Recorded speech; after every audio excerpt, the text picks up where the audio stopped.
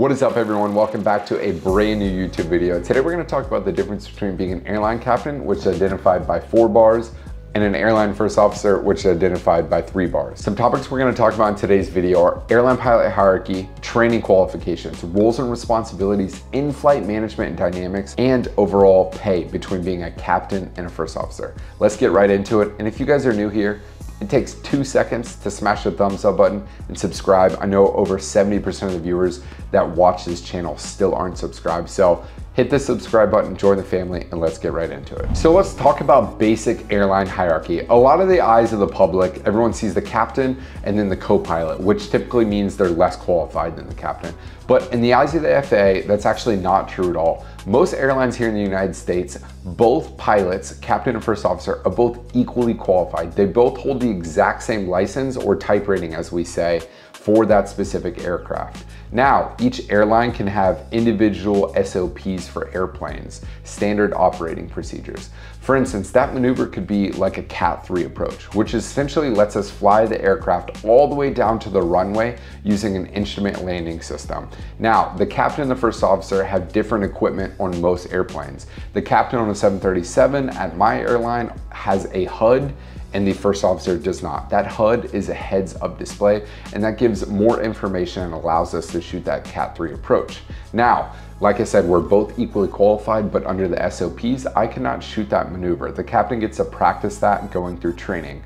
But typically, through the whole entire training course to get that type rating or certificate to fly that airplane, we essentially learn all the exact same maneuvers, specifications, numbers, systems, you name it, and we go out and both shoot all the exact same maneuvers except for those individual maneuvers which ops specs could differentiate between the captain and the first officer. Therefore, we are essentially equally qualified in the aircraft. Now let's dive into roles and responsibilities, and this is where things start to separate ever so slightly. Now, we each have our own SOPs when it comes to standard operating procedures and flows and profiles that we need to do as a captain and a first officer. A lot of the times, the first officer will do the pre-flight, and maybe sometimes, which I do a lot, and I know a lot of other first officers do, they'll set up the flight deck and the FMS, the flight management computer, and they will set up the entire flight plan.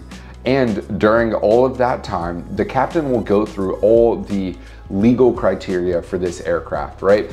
Whether it's cargo being onboarded and to make sure we're all within regulations and op specs for lithium batteries, live animals, you name it. We transport a lot of things under these airplanes, so that's another legal thing. And then we have legal weather minimums. So if an alternate destination is needed, that's something that the captain and the first officer will review, but the captain will make the final say if they like that alternate airport or not, and just sit there and talk to the dispatchers. If there's maintenance on the airplane, typically the captain will take care of that. So there's a lot of final say authority that the captain has, and essentially the captain does have all of the final say authority. But the beautiful thing about CRM, crew resource management, is the captain really takes into consideration all of the crew's techniques and ways of thinking, and obviously just overall decision making. And then the captain will take all of that and kind of have their own decision and discuss it with the crew and move forward. Where the big difference between the captain and the first officer really come into play is overall experience. Now, I know you see some of the times, and I've talked about this in previous videos,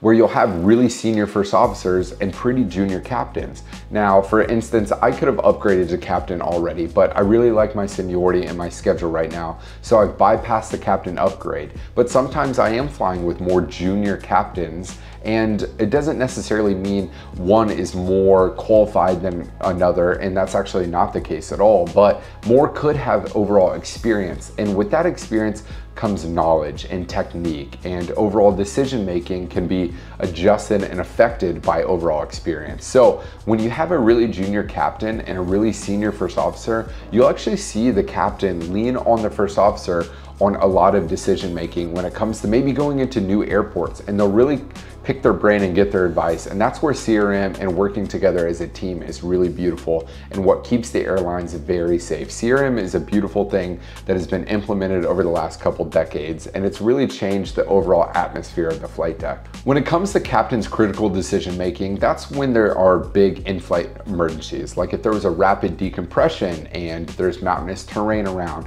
the typical overall experience of the captain when it comes to those scenarios, of working the scenarios in the sims every single year at requalification training, really kicks in and can really step in and show the flight deck and the overall atmosphere of how to really handle a situation and remain calm and work on our SOPs. Now, the in-flight dynamic really remains the same between the captain and the first officer. The captain most of the time will never assert like overall authority on a first officer. I've honestly never seen that, and I don't think that that really happens in today's age, but back in the day, the airline hierarchy has definitely changed, where there was a captain, a first officer, and a flight engineer. And the flight engineer used to sit in the rear behind the captain and the first officer in the flight deck and really manage overall systems and navigation. And back in the day, sometimes the flight engineer could take really, you know, a lot of criticism back there, and a lot of the blame for things get put on the flight engineer. And that's where the airline hierarchy really started, as the captain was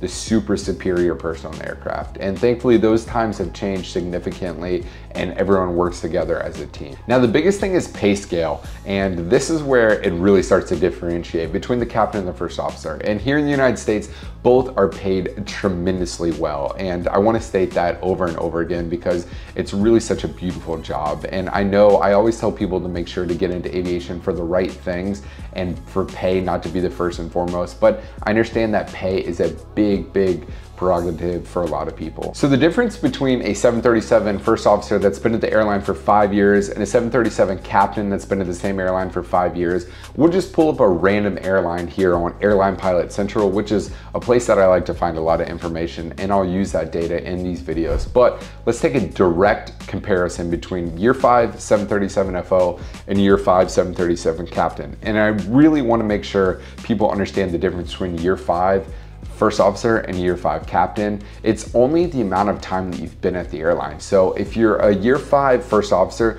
you don't go to year 1 captain. You actually just take that exact time that you've been there and you slide it over to the captain side. So if you upgrade just in 2 years, you'll go to year 2 pay on the captain, and so on and so forth. So year 5 FO and year 5 captain is $219 an hour versus $341. So that's a big difference. And like I said, this comes into play because at the end of the day, the captain does take the blame for anything that goes wrong. Now, the overall crew will be assessed and evaluated if something were to happen, but the pilot is the pilot in the command at the end of the day. And it is a lot of pressure and a lot of stress can build up when things start to go wrong. You have weather, you have diversions, you have anything can happen, any sort of emergencies. The captain can kind of feel that stressor just start to build and accumulate over time. So that's why they are paid significantly more, but they're both paid very handsomely. To overall summarize the difference between a captain and first officer, both for the most part are equally trained on the aircraft. However, the pilot in command, the captain, does have the final say and final authority. And the beautiful thing about CRM is that final authority never feels really felt from the first officer's perspective. The captain always takes into consideration the crew and the first officer, and they work together as a great team to come to a final conclusion and to get those passengers from point A to B as safely as possible. I hope you guys enjoyed this video. If you have any comments down below, throw them in. I love reading y'all's comments. I try to get to as many people as possible. And if you want to elaborate and have a one-on-one conversation, please feel free to send me a DM. I try to review my DMs as much as humanly possible. It's Fly with Garrett on Instagram. I hope you guys enjoyed the video, and I'll see you next time. Peace.